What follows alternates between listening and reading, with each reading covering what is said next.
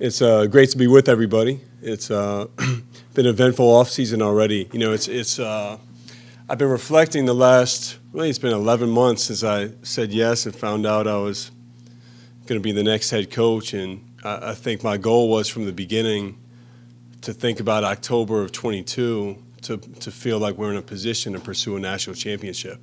And I think we're on our way there.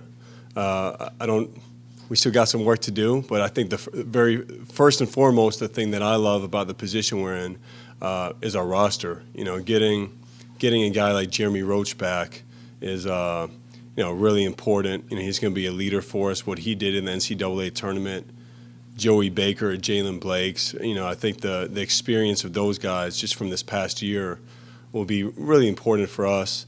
And then I think about the group we have coming in. You know, the 6 incoming freshmen, and love the versatility, love what they're all about. They're all winners. They're going to add great value. And then the 2 new additions, which I'm proud to announce, with Ryan Young, he's committed and signed to be a grad transfer, and his playing the Big Ten for 4 years, three really on the court. He brings great experience, great value there, along with Cale Catchings, and Cale is again brings that toughness, that tenacity of, Carrawell is excited. We got another St. Louis guy. So, he claims every guy we get from St. Louis brings that. But those 2 guys will add a lot of value in our program. And, we're not quite done. Trevor's, of course, we're supporting him going through the process of testing. And, look, any NBA team will be really lucky to have Trevor. And, that's the team we're on. We want what's best for him. We're right behind him every step of the way. But obviously we're prepared and to make sure whatever happens with that, we're ready to go. And then I think the next piece for me is just our staff. You want to make sure you have the best staff in place, and our coaching staff. We're going to get a chance to, you'll get a chance to hear from these guys in a little bit. But I really feel it's the best coaching staff you could have in college basketball. The different perspective, that Mike and that Jay bring, along with Emil and Chris, with the chemistry and cohesiveness that we've developed over this past year, and even more than that, is terrific. So really proud of the staff that we have. And I think the third piece that we have to navigate is not only is it a new era of Duke basketball, but it's really a new era of college basketball. And so we've been methodical. We've really had a chance to think about the different systems and processes that we go through and analyze, is this what's best for college basketball in this day and age? So we have great challenge ahead, but I think it's really exciting, and really proud to be up here with all of you. And I'm happy to answer any questions, and obviously get a chance to intro these guys and talk about them some as well. John, how do you pursue with roster construction with Trevor if he comes back or doesn't come back? Do you have a plan in mind, like if he's not going to be another veteran, or do you just proceed as if he's not going to be here and you're going to try to get somebody else?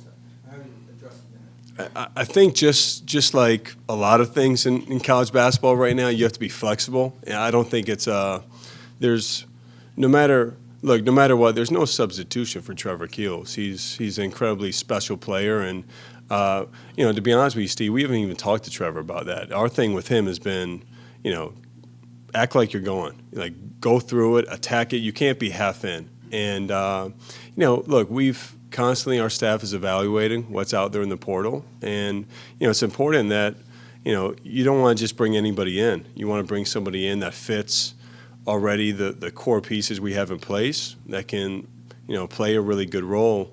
But it's not like there's a small margin of players where that can fit. So taking it day by day, evaluating it, but can't say right now that there's exactly what we're going to do. It's constantly changing and evolving. I think we know that. I think we finally know everybody that's in the portal. Who knows today? Dave Bradley might pop up and that he's in the portal later today. But there's, for the most part, I think it's set. So we know what we're working with. John, let me ask you a follow-up to that. When you're recruiting a high school player, you have years to evaluate not just their basketball ability, but their ability to fit into the team's culture, the campus culture. Now you've got a couple of ways. How do you compress 2 years of evaluation into 2 weeks of evaluation? Yeah, it's not easy, and I think that's really important. You know, I would use the process that we went through with Ryan Young. You know, it's obviously there's a natural connection there with watching Ryan for a long time and my relationship with Chris Collins and that all of us have with him. But understanding what Ryan is, who Ryan is about as a person, what he's looking to do, understanding what Duke is about as a school. He really checked all those boxes. Same thing with Kale. Playing for Tommy Amaker at Harvard for 4 years. Are you kidding me? So I think there's you have to do your research. You have to be really honest. I think that's one of the things with both of those guys. I'm just using those two as an example right now because they're committed and coming to Duke. But just where you put everything on the table, because you're not afforded the time to get to know someone like you normally would throughout an entire recruiting process. So I think we've done a good job of it. And we'll have to continue to do a good job of it because we're not quite done. We want to make sure we evaluate everything that we can before our roster is set for this upcoming season. John, you mentioned some of the changes with college athletics. Like, how different is the portal this year compared to where we were last year before name, image, and likeness was sort of allowed? And that element of things, like, how are you guys navigating that? What is the process that you're working through, not just in the portal, but in general with the guys here, establishing a system for that? Yeah, no, it's incredibly important, and I think overall it's a great thing. I think we found that there's not necessarily guidelines or rules where you have to operate within, but for our guys, I think it's great for NIL to have the opportunity. They've earned the right and the opportunity to profit off of their name, image, and likeness. I mean, that's why it's there.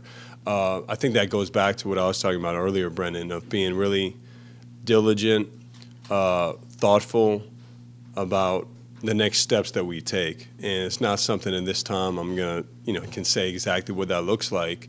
But the portal is definitely different from last year. There's been different conversations. There's been opportunities and things we're not willing to do. But obviously we want to make sure we handle everything in the best way possible in this day and age in college basketball, which I think we're in a good position to move forward with. Along those lines, with the Alston compensation that's available now, it's separate from the NIL. Right. Is that coming up a lot in conversations now? Are people asking about that? Because some schools have, some schools don't. It's kind of going through a process here of adjustments. They are. No, it's a lot of different things come up. And, I think the main thing, Steve, is just to make sure we're up to date. And when I tell you the last month, the amount of change in college basketball compared to the last couple of years, I think it's dramatic. So the most important thing, to be informed, to be knowledgeable about what's happening. And because it's, Brendan asked the question, but it's changed dramatically. So there's been a lot of different conversations that 5 years ago we weren't having, but I think it's going to be a great thing. It's just a matter of making sure we have the structure in place to put our guys in the best position possible. John, did you have a moment after the Final Four where you were like, okay, this is now my job? Right now, no. It's yeah, I did. I think there's just an extra layer of responsibility that you feel, and for me, it's overall it's exciting, but it's also it's getting everything structured the right way. I mentioned our coaching staff, but we have our entire infrastructure coming back, and I think there's I'm lucky that we have that. Like, we already have that in place. I guess the problem is that we have to reshape it where in this day of college basketball we're in the best position to move forward. So I think you're juggling that. But for me, I felt pretty quickly like, all right, the next game, you're going to be coaching, so you better be ready. And for me, I'm lucky to surround myself with the infrastructure, but also the coaches. That's a big deal, the staff that we have in place to tackle this. John, you were just talking about infrastructure. Is that something you immediately change things right away, or is it going to be more of maybe an evolution between now and the coming months, since everything is changing so much in college basketball? Are you leaving it as is, or how much are you changing that infrastructure? I think it's silly to say we need to change everything right away. I mean, there's obviously a lot of great things that we're doing. Like I said, the fact that we're It's adjusting to our program without Coach K being the head coach, and then with the change in college basketball, the structure that we've had, probably you do need to adapt. You still need to adjust, but we want to be thoughtful about it. I mean, there's everything we're doing is we're being patient. We're analyzing what makes sense, and we weren't. I was never going to come out of the gates, where we're just firing off changes left and right. I think we want to really make sure we're handling things the right way, and careful about the decisions we make in terms of any changes. John, one change you made though, Coach Lucas is the first assistant Yeah. in a long, long time who doesn't have a Duke background. Is bringing a fresh perspective part of what made him an appealing hire for you? Yeah, it's 100%. As I had my conversations with Jay, he's, first of all, to his experience at 33 that he's had in the game of basketball and as a coach, I mean, it's incredible what he's done. High-level schools at Texas, Kentucky. He's been ops. He's been, assistant coach. He's worked on offense. He's worked on defense. He's been a great recruiter. I mean, he's checks all the boxes. And really for us, we have the luxury, I'm very fortunate to have Chris and Emil, who, I coached Emil for 4 years. We've been really close, and the fact he's been with me this past year. Chris, obviously, me and him have amazing history together. They know me. Mike, the same thing. But getting a different perspective, I think, is really important. There's other people. Other people do great things too. And so for Jay, just that adds an incredible amount of value. And it's the same thing with Mike. I mean, he's been any job you could possibly be in college basketball, he's done it. He has the institutional knowledge of being at Duke.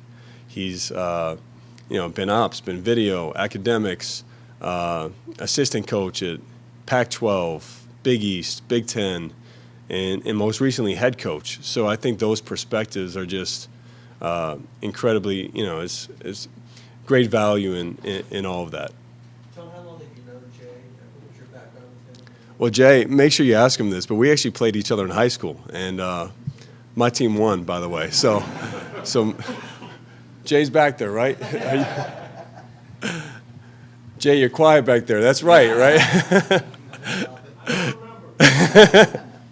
But so I've known and had just great mutual respect with Jay for a long time, and naturally you're seeing him on the road and but gotten to know him definitely on a deeper level recently, and the more that I got to know him, the more I came away impressed with not just what a great coach he is, but who he is and what he stands for as a person. John, I was reading something, an official said that Wichita State, 8 of their players are transferring. He said we just can't afford the NIL opportunities that some of the bigger schools have. What advantage does Duke have in offering NIL opportunities? Well, first of all, I'm really proud of, you talk about player retention. I'm really proud of what's happened in the offseason. Our guys who have gone pro are all in amazing positions to be drafted in a great spot. You think about Paulo, Mark, Wendell, AJ, and like I mentioned, Trevor. So, and then you think about Jeremy, Jalen, Joey, all coming back. That means a lot to us. Like we want still the development of our guys as players, but also as people while they're here. That's part of the reason you come to Duke. And the biggest thing, there's no bigger stage than Duke basketball, and there just isn't. And so, for our incoming freshmen that are, on their way here in a month or 6 weeks, the opportunity to do it on this stage, you can't simulate that. And now we do need to continue to push, put our players in a position to profit off of that and where they can earn what their value is. But that stage there's no simulation for it. John, to ask you about Emil, you got to fill in a couple of times Yeah. last year when Chris was out, et cetera. What did you see from him in those moments that made you feel that he was a guy you wanted Yeah. to bench? Like, what is the best attribute that he adds to the staff? Yeah, he's you don't get the combination of his playing experience, right, where he was an incredible player in college, played in the NBA, played overseas, played in the G League. He's really done it all. And at his age, with the feel of the game, like he's got, even when he played for us, he could have taken more charges probably, and I could go on and on about some of the things as a coach, but he's his feel, and then at 28 to be able to teach the game the way that he's an incredible teacher, and you don't get that. And I think there's a natural respect level when Emil's out on the floor, and anything he's asking you to do, he can do it just as well, if not better. There's an instant credibility that he has with our players. But I think for me, the biggest thing that stood out is his teaching, and the fact that Chris went through, he had some, he had a knee operation this year, which allowed him to be on the floor. You got to see it firsthand, and so for me, it was a no-brainer. I mean, absolute no-brainer. And he's a rising star in this business. He really is. What were the conversations like with Jeremy in the offseason when he was trying to figure out what to do?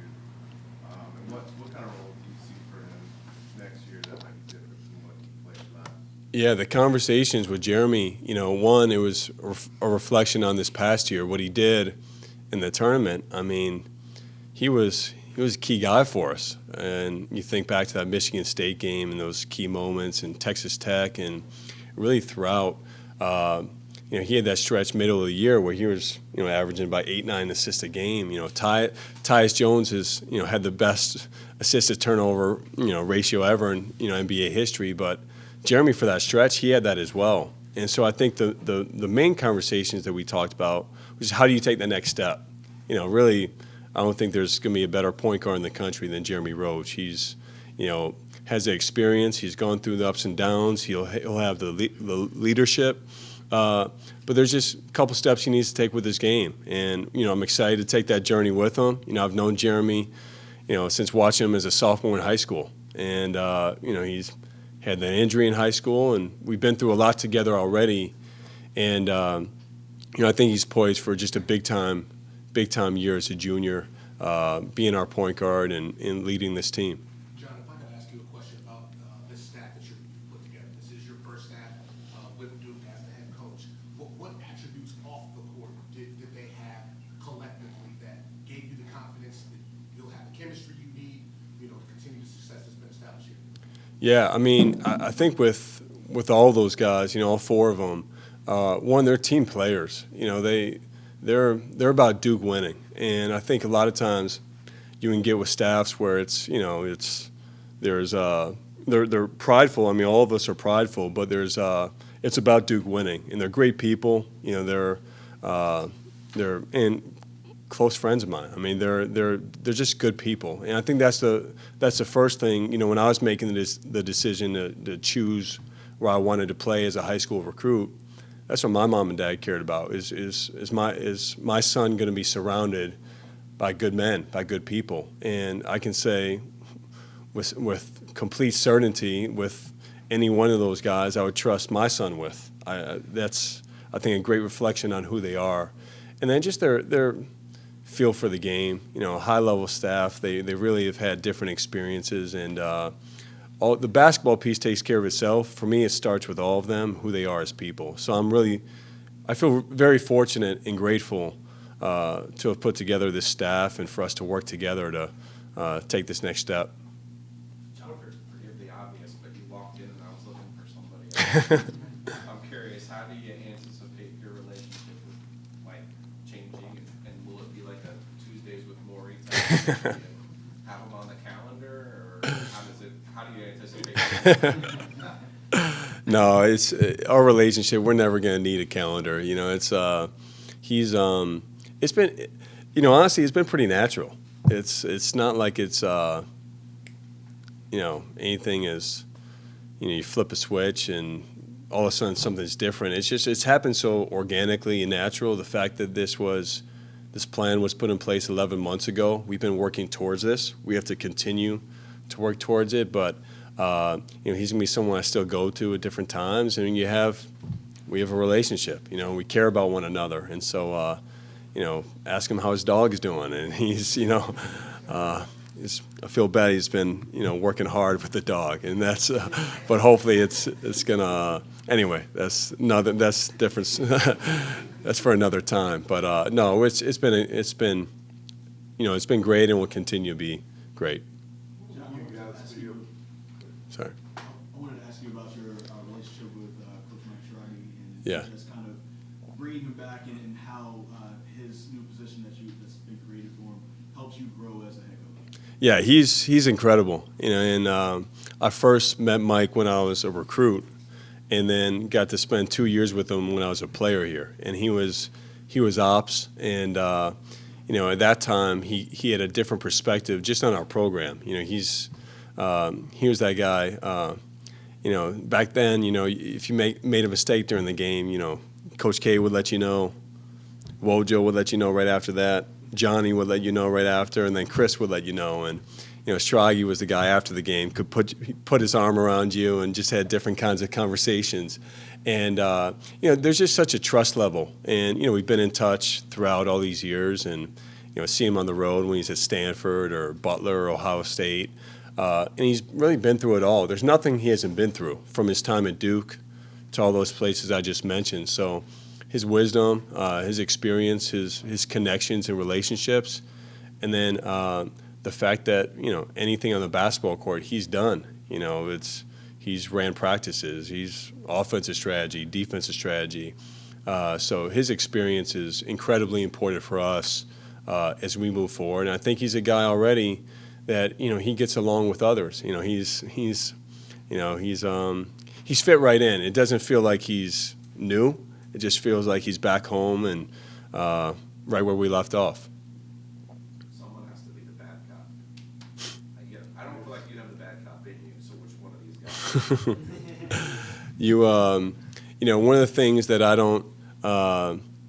don't need to say what I am or what I'm not. I think over time, it's important that you're just direct and honest with your players. So whether that's bad cop, good cop, that's being honest, and all of us are going to do that. So that's for you guys can determine who's the bad cop, good cop, all that. I think for all of us as a staff, those are the relationships we're going to have with our players. Speaking of the players, when will you have these guys on campus, be able to work with them, and what are you going to put the emphasis on at first?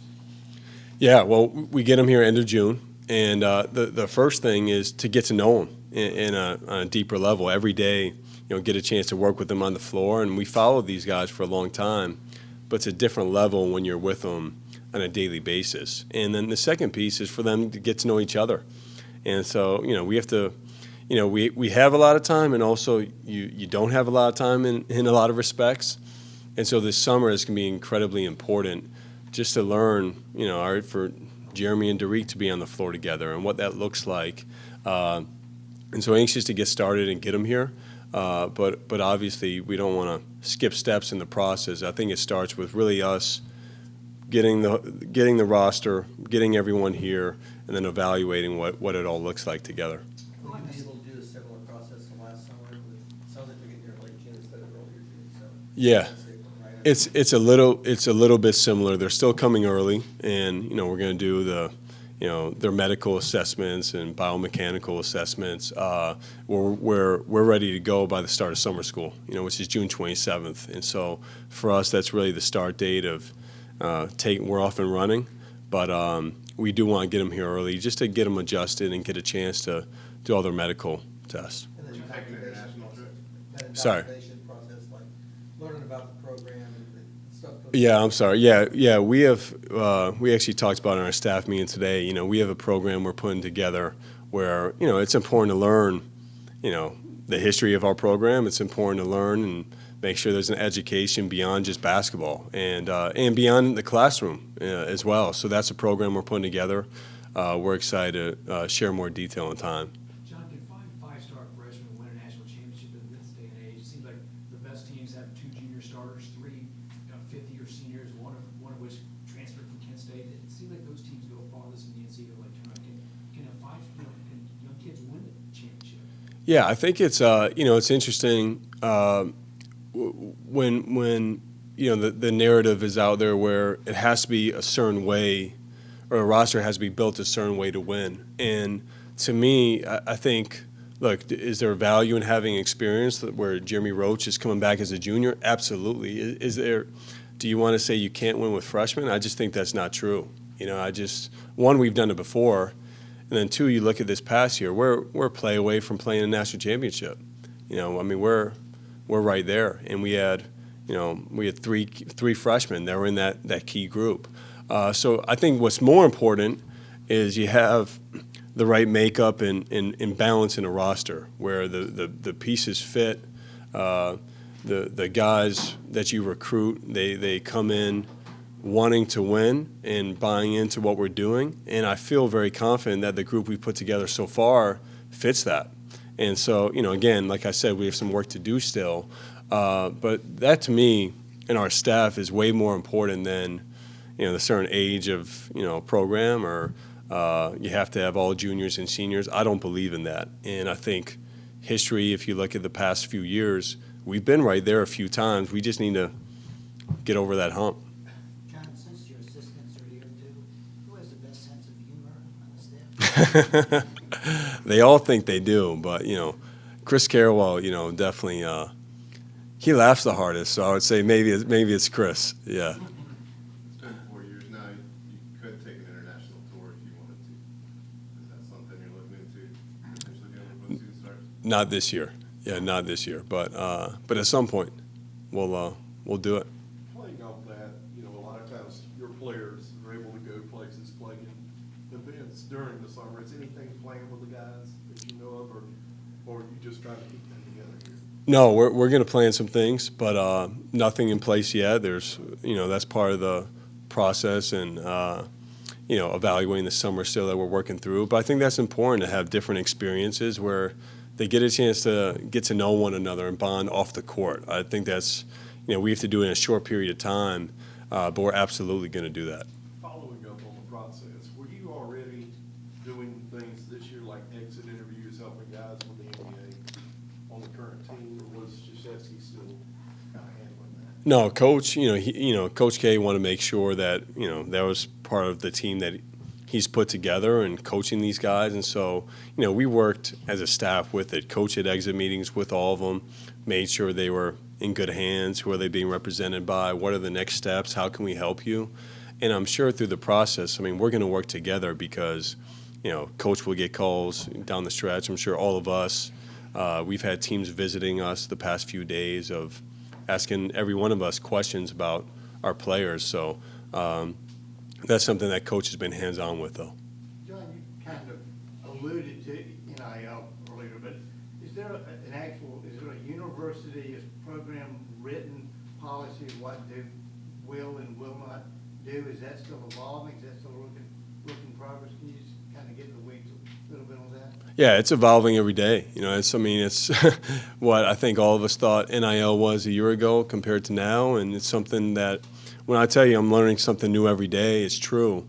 And the plan is it's evolving. I'll put it that way. And to say exactly where it's at today and it's not going to change, I think that's probably silly because just in the last month the landscape in college basketball has changed. Is One there or a two point more. person? John. Yeah. Is there a point person for Duke Athletics that everything goes through with NIL? We're still getting that process in place. Yeah, we're still putting it all together. You mentioned being a play away. Have you processed the ending and the team down the street, which I don't know what your policy will be? Will you talk about them? Is that a word you're allowed to say? No, I'm always going to talk about us. They have a great program, and there's a lot of other great programs out there. But of course, I think it's important to reflect and think about, just like any season, regardless if I was the head coach or not. What did we do well? What did I do well? What could I have done better? Obviously, as a team, you analyze how did you play, and I think the one of the biggest takeaways is just the margin of error is so slim in the tournament. You look at all of our games and playing Michigan State, it's a player or two. Texas Tech, it's a player or two. I think the Arkansas game, it was close, but I think we were in pretty good control throughout. And and then obviously the Carolina game was back and forth. And so the attention to detail you have to have as a team, I think we had that. And end of the day, you want to be in those moments. I mean, you're playing in a Final Four, you're right there, and it's just going to drive us even more to build and be back to have that opportunity again. All right, John, thank you. Thank you.